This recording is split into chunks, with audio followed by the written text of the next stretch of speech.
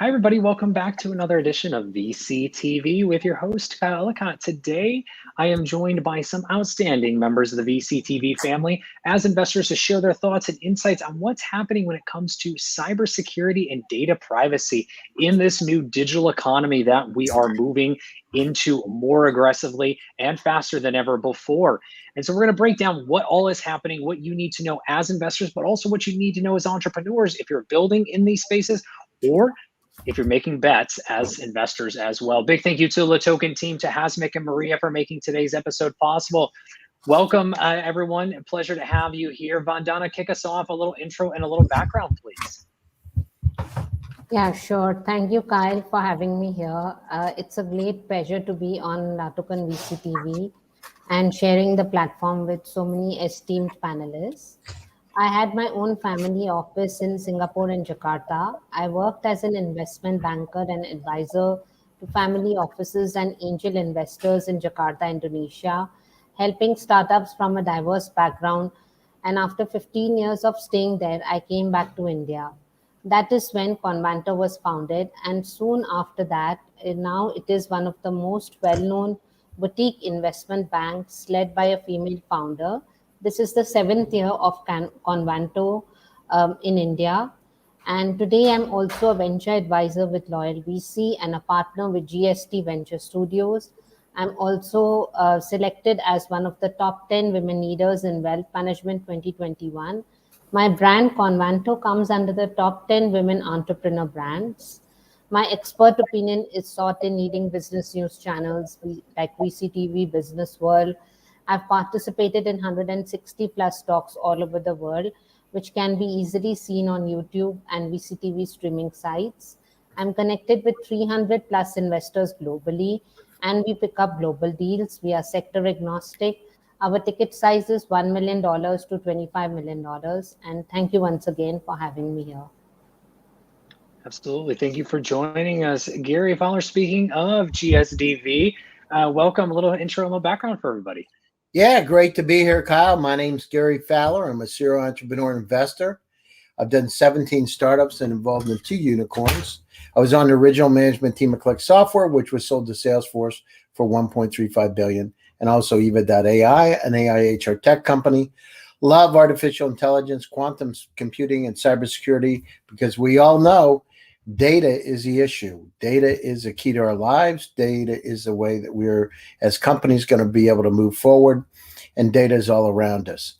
So I'm the CEO, president, and co-founder of GST Venture Studios, a premier AI and quantum venture studio located in Palo Alto, California. I also am the CEO, president, and co-founder of GST Accelerator, as well as our new PR firm, GST Reach. So we're here because cybersecurity is an issue for each one of us. As you can see, on a daily basis, the number of companies have been attacked.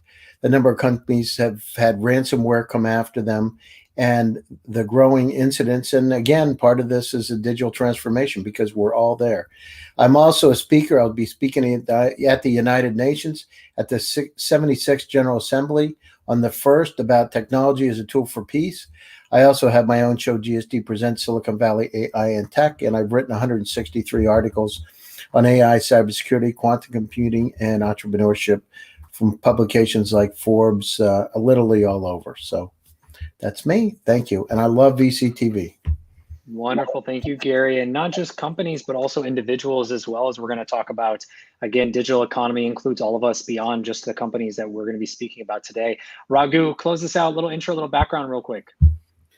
Hi, Kyle, and always pleasure to be on VCTV with familiar panelists and a very insightful discussion. So I'm a serial entrepreneur, a strategic partner and investor, angel investor in more than 10 companies. I've also been a strategic advisor to about 45 companies through the Vistage framework, which I'm doing now directly. My areas of interest are cybersecurity is one of my primary areas of interest, but also anything deep tech and also has large societal impact. So I've been looking at the cybersecurity space. In my cybersecurity portfolio itself, I have about 5+ companies. One is in data protection, which is SplitByte. There's another company called Squirrel Analytics, which is in network security, compliance. There's another one in critical infrastructure security called BizNucleus. So I look at different aspects in the cybersecurity stack, and I think the pandemic has really highlighted, the issues with cybersecurity now with 25 trillion plus cybercrime that's projected by 2025, and $20 billion of ransom, projected to be paid out this year. So it's an existential problem that needs to be addressed right away. So. Thank you very much, Raghu. Speaking of the cybersecurity stack, could you walk us through what that is consisting of now as we look at this digital economy? I feel it's a little bit different than it was 18, maybe even 24 months ago. But today, now, cybersecurity stack is something we should all be paying attention to, both as individuals and as companies. Could you walk us through that from your perspective? Sure. Cybersecurity has different components. There's system security, there is network security, there is data security. Under system security, network security is also kind of under that.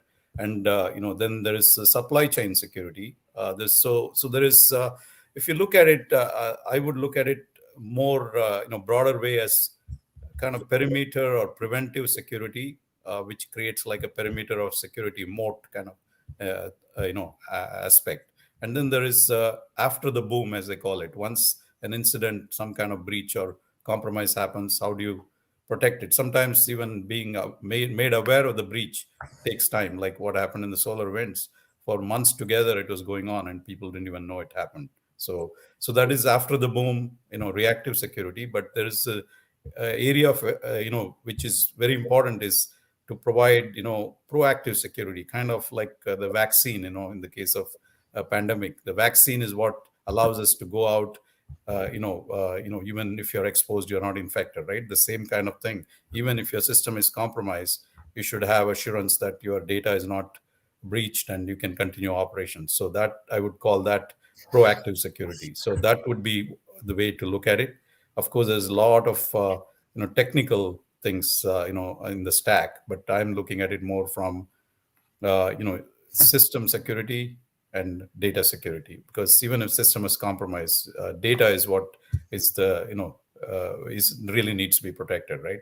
Both continuing operations aspect as well as now with ransomware, not only they block access to your own data, but they also exfiltrate the data and then go to the your customers and threaten to leak them and get a second ransom. So it's like you have to protect the data yourself as well as protect it from being taken out. So So speaking of that, data protection, data privacy, Gary, talk to us a little bit about that from your perspective. I mean, looking at artificial intelligence and how much that plays a role into the world today and future of data, but more importantly, something you've continually said here on VCTV is we're inundated with the amount of data that we have access to. So when we think about that as an individual and as a company, how do you think about the needs and the opportunities around data security and data privacy? Well, I mean, just look at the U.S. So, 1/4 of the world's economy is here. And at the same time, in 2018, the FBI stated that every citizen of the U.S. should assume that all their data has been taken and hacked. So, I mean, we're talking about an enormous problem. There's 49 zettabytes of data on the planet, as I've said many times. That would be, if you took CDs or DVDs and stacked them one on top of another, that would go 35 times between the Earth and the Moon. That what that translates as is it's and growing 68% per year. But think about that enormous problem. And then with all in our own personal clouds, we have about 300,000 items, and within the next 5 years, it'll be 10 million. The digital transformation that's occurred during the pandemic has really put us forward very quickly. In fact, what the McKinsey said 3 years ago would take us next 10 years happened in a matter of 2 years. So we're online. It's a $6 trillion problem today in 2021 in terms of cyber crimes, but expected to grow to 10.5 trillion by 2025. Look at it. I mean, think about destruction of data, stolen money, lost productivity, ransomware, as my buddy Raghu talks about a lot with his company SplitByte. I mean, look at the attacks, Colonial Energy, almost 50% of the energy reserves on the East Coast of the United States were impacted. Hospitals with the private data that's out there. We have got a big problem, and the other challenge is less than 1% of the folks ever get prosecuted. So the challenge is, as our data keeps coming online, we're going to have more and more threats to us. Why? Because they're using more sophisticated tools. On our side, as you said, artificial intelligence and quantum computing to be able to defend, but we're also going to be attacked by these nefarious individuals. One of the ways to be able to solve it is by using a decentralized approach to cybersecurity, which Raghu can talk about in more detail. But we need to do it now. It's not something that we can wait. We need to make sure we are using intelligent tools to be able to help us to thwart those attacks. It's no longer just about changing your password. It's about how do you protect yourself so you don't get hacked. Anticipate where the holes are going to be. Set yourself up in a decentralized manner so you're not going to be able to be hit. It's a big problem. It's not going to get any better. And, with the Internet of Things, as I said, we're going to each have about 10 million items in our personal cloud. So it's going to be look at now, cameras in your house, how many different email accounts, you can have 20 plus repositories, Dropbox, Box, Google Drive, Slack, Messenger, Telegram, WhatsApp. I mean, on and on and on and on. So it's not just one point like the old days, which were a few years ago, right? It's about multiple points, and it's about forecasting where they're going to be attacked. I wrote an article with the former chief security officer at Apple, Rick Orloff. 3 years ago, we were talking about this, to be able to set up these proactive AI enhanced systems to be able to understand where those attacks are going to take place. But now the next generation is, how do we defend against quantum computers and using more of a decentralized approach? So speaking of decentralized approach, Raghu, I want to come to you next. And as Gary mentioned, you can explain this a little further. Talk to us about the decentralized approach to cybersecurity and what we should be aware of, and again, those opportunity areas as well. Yeah, I would say cybersecurity has three aspects to it. It's called CIA: confidentiality, integrity, and availability. And so one of the critical things, confidentiality obviously is to make sure the data doesn't get leaked, right? And integrity is that, whatever data that you have, you want to make sure that, the data you're giving is not corrupted. Like, for instance, in ransomware, you have the data, but it's encrypted, so you can't get to it. So it doesn't mean you have the data technically, but you can't access it, right? So availability has to do with, if some things, some system goes down, they still be able to continue to operate, right? So any solution needs to address all these three areas. And so the availability part is where I think the decentralized nature comes in, because by, one example that SplitByte is using is something called verifiable secret sharing. What they do is take the data, randomize it, and put those random numbers, right, which is actually not data. It's like real random numbers. So you can't really, even if you compromise that system, you'll only get random numbers. So it's taking those and then putting it away into multiple locations, which are configurable. It could be 3 out of 5 locations, whatever it is, 5 out of 10, depending on the amount of redundancy you need, right? So, how this works is that if suppose it's a 3 out of 5 configuration, you need to go to 3 locations to get those random numbers and then put it back together, right? So, you still have 2 extra locations. So one location could have ransomware, another one could have hardware system failure. You can still operate with the 3 locations, right? So it gives you a whole level of redundancy, but the additional protection, it's actually reducing the data attack surface. Because if you are just replicating, for instance, suppose you put it in 3 locations, just by replicating, you are actually tripling your data attack surface. But the way that SplitByte is doing, using this verifiable secret sharing platform, you are actually reducing the attack surface, but increasing availability. So that's the kind of solutions we need. Just like blockchain created the transparency using the decentralized approach, this is creating the data protection using the decentralized approach while increasing availability. Thank you very much, Raghu. And Vandana, I want to come to you next. With the investments that you're making, are you seeing security as a part of the forefront for their applications or a part of their conversation and even their roadmaps going forward? I mean, making almost 200 investments globally now. I have to think that this have come up in some way, shape, or form. Are you looking for this as an investor? Is this a question you're asking as to where that security piece lies within their companies? Yes, definitely, Kyle. See, like always, Gary says, we are currently living in an age of infobesity. Big data is not only huge in amount, but it is also complex in terms of the variety of data sets which are now available. And while there are several advantages of leveraging big data, it brings it with its several cybersecurity concerns and data privacy issues. Businesses may be willing to use big data, but they must also be aware of the security remains a top concern. This is in a part because technology is advancing so rapidly that the solutions to security problems often fall behind. Talking about the pandemic, while it has fueled the internet growth and has accelerated the efforts of companies to make a digital presence, it has also increased cyber crimes.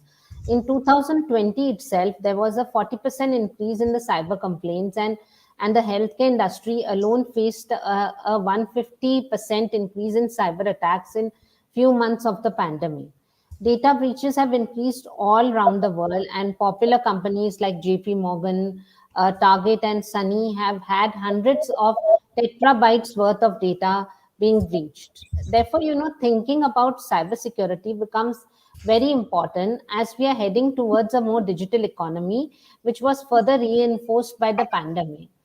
Now, firstly, we need to focus on expanding attack surface available to cyber criminals.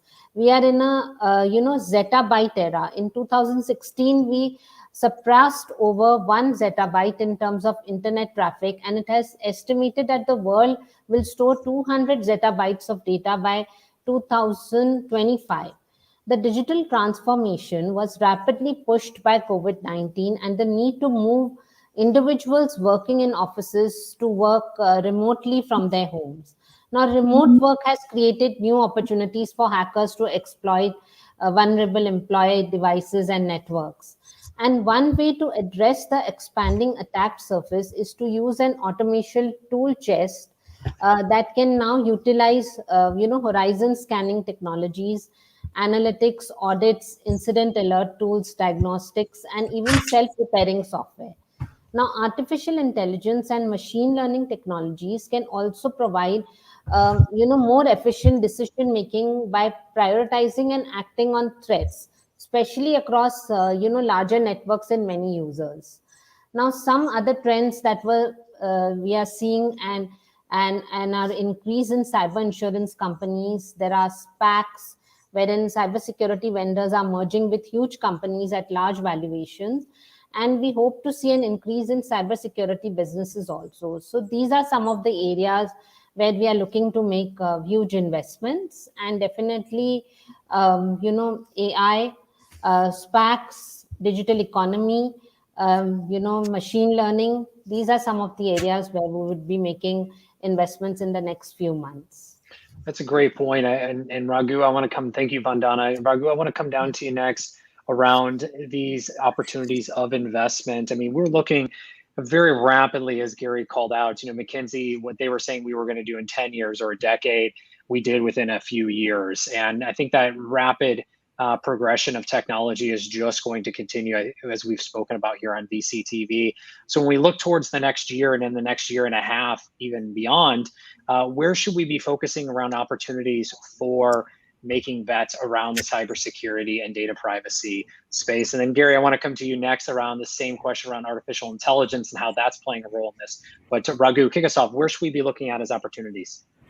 I think the distinct areas is the cybersecurity landscape has changed a lot. Before, the vendors used to be more like on the preventive things like, penetration testing, incident response, more kind of detection, intrusion detection, prevention, those kind of things. And then there's network security. But now it is expanded to include what I would call, it's basically cyber resilience is the term, right? The idea is, you want to continue operations. It's not that you kind of shut it down and then figure out how to, stand up another server. It needs to happen live so that there's no, loss in business, no downtime, right? And also the other aspect is, of course, you not only have to continue operations, but you have to prevent the data from being breached, because data breaches, the new prevention, the privacy laws, the fines are a lot higher than just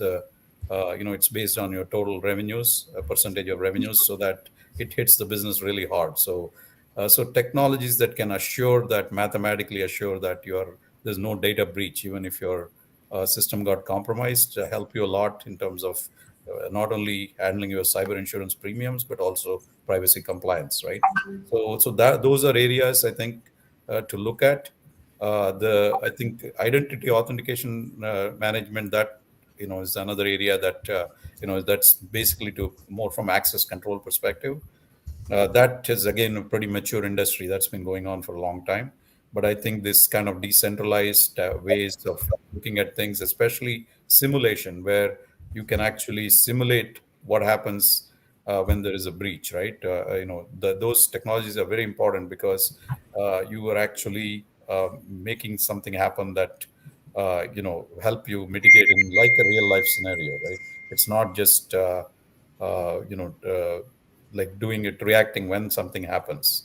And then supply chain aspect has been brought to the fore based on SolarWinds, because even if your systems are all in place, but your vendor systems that you're incorporating, you also need to make sure those are also certified. So that kind of just like we have CMMI, there is a similar capability maturity model happening in the cybersecurity stack. So that including for small businesses. Before, it used to be more the larger businesses that worried about it, but now everybody needs to worry about it, and the new regulations require even small businesses and to be compliant. So I think there is a lot of opportunity. Edge security is another one, because of IoT and the spread of devices, which are not necessarily computers that people work on, but they are still places where hackers can come in, which is how most of the infrastructure type of things happen. So the edge security is another important play. And I think Gary will talk more about the AI aspect, because AI, you can also get in through the data. Yeah. So Gary, talk to us about AI and those opportunities as well.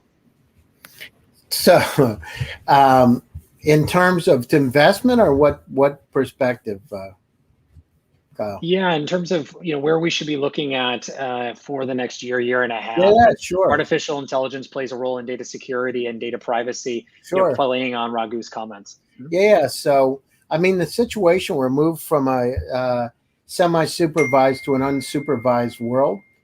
And in terms of the investments, it's just, we're going to come up with these, what I call intelligent assistants. And in fact, it's going to be one of my articles in Forbes, because it's beyond smart, kind of like a guardian angel, kind of like, Kyle, what Morpheus is becoming now. By the way, Morpheus just wrote me some music. And this will be more like having your grandmother as your guardian angel that'll watch your data, help you with health, basically be kind of like Jarvis for Iron Man in a kind way. So what we're seeing is these unsupervised models come out, but at the same time, there's only so much. The human brain processes 60,000 complex transactions per day, Kyle. We're going beyond our capability. We need systems unsupervised that can actually forecast where those attacks are going to occur and plug the holes. Now, the wild card here is quantum computing. When a computer is 100 million times faster than a supercomputer, what that means is that what would take 10,000 years on the fastest supercomputer today is estimated by Google that would take 200 seconds. So combine that with unsupervised AI, and we've got nefarious characters on one side. By the way, they say the Bitcoin could be broken by as early as 2022 with quantum computers and artificial intelligence from nefarious folks. So we need to plug those holes. I know it's tough. Most people don't think about it till they have an attack. But the best thing we could be doing today is develop these agents, these guardian angels, intelligent assistants to be able to help us. So where's AI gone? AI is becoming moving to the unsupervised realm. It's being partnered up with quantum computers, and we need to be able to have a line of attack. I know a few months ago, I had a 4-star admiral on my show, GST Presents, and Admiral Bill Owen. He's a former number 2 guy in the U.S. military. And one of the things that happens, he said something very interesting. He said the next big war will happen with the flip of a switch. We had better make sure, because think about the vulnerabilities we have in our grid. Think about all the places around us that could be shut down, hospitals, data being taken. We need to prepare now. And I'm not trying to scare folks. What I'm saying is it's better. It's like being a Boy Scout. It's time to be prepared. Absolutely. Thank you, Gary. Vandana, closing thoughts, anything else you'd like to cover on today's topic around the future of cybersecurity, data privacy, and then where can you be found online? Yeah, so the cybersecurity industry is growing annually at 14.5% and seeing increased early stage investments in startups. Now, the first quarter of 2021 saw 12 cybersecurity unicorns created globally, which is more than double than the previous one, the previous quarterly high. And with the increasing cybersecurity concerns, this becomes an interesting industry from an investment perspective. Some sectors of interest would be IoT security companies, cloud security solutions, and fraud protection technologies. There have been increasing attacks on supply chains, so there are startups which are helping with that, and inventory and asset management also. This year, Orca Security and Oxy News are some of the top cybersecurity companies, and many more upcoming businesses that are experiencing, in the ecosystem. And I could be reached out at www.conmanto.com or my LinkedIn handle at Vanna Tolani. One could also find me on Google. So thank you once again for having me here. Thank you as well, Vandana. Gary, back to you. Any closing thoughts? Where can you be found online? Yeah, so this digital transformation's upon us, as we've seen over the last couple of years with Zoom, with StreamYard, with a lot of the technologies. We move online because we now have a capability to reach anybody, virtually anybody, anywhere at any time. And so let's focus on how we protect ourselves. It's a great opportunity. Startups that are out there, these are some of the areas that are really hot: cybersecurity, AI, quantum. Take a look at them. You can reach me, Gary Fowler, on LinkedIn. You can reach me on Twitter. I'm also on Instagram now, and I'm on Apple, iTunes. I've got my podcast. I got my podcast on Google, etc. So check it out, Spotify, and go get them. Stay happy, stay healthy, and stay safe. Thank you very much, Gary. Raghu, close us out. Closing thoughts. Where can you be found online? Sure. I can be reached on LinkedIn at Raghu S. Rao. And I think cybersecurity is a very interesting area, both for entrepreneurs and investors, because it's, as I said, it's become an existential problem that affects everybody who's using data, right? So it's something that is here to stay for the next, probably I think the number one priority is, cybersecurity for everybody. And so it's a good area to invest in. And I think the key element to look for in the cybersecurity space is just like other areas like AI and quantum and all are advancing. How can we apply those technologies to protect ourselves? Because the bad actors will always be finding new areas to breach things. So in addition to advancing all the solutions from the good aspect of technology, you also need to cover the bad aspects from law enforcement, prevention, protection. So that's where cybersecurity is at. So wonderful. Thank you very much, Vandana, Raghu, Gary. Appreciate all the thoughts and insights around today's topic, cybersecurity and data privacy. To our audience, thank you so much for tuning in. If you like what you heard, make sure you like, share, and subscribe on today's episode. Please do reach out to each and every one of our investors, myself included, and please do add context where you heard us, where you met us, and what you would like to continue the conversation about as well. With that, a big thank you to the Token team, to Hasmik and Maria for making today's episode possible. I'm your host, Kyle Ellicott. We'll be back here tomorrow with more VCTV. Until then, everyone have a wonderful day. Take care. Bye-bye.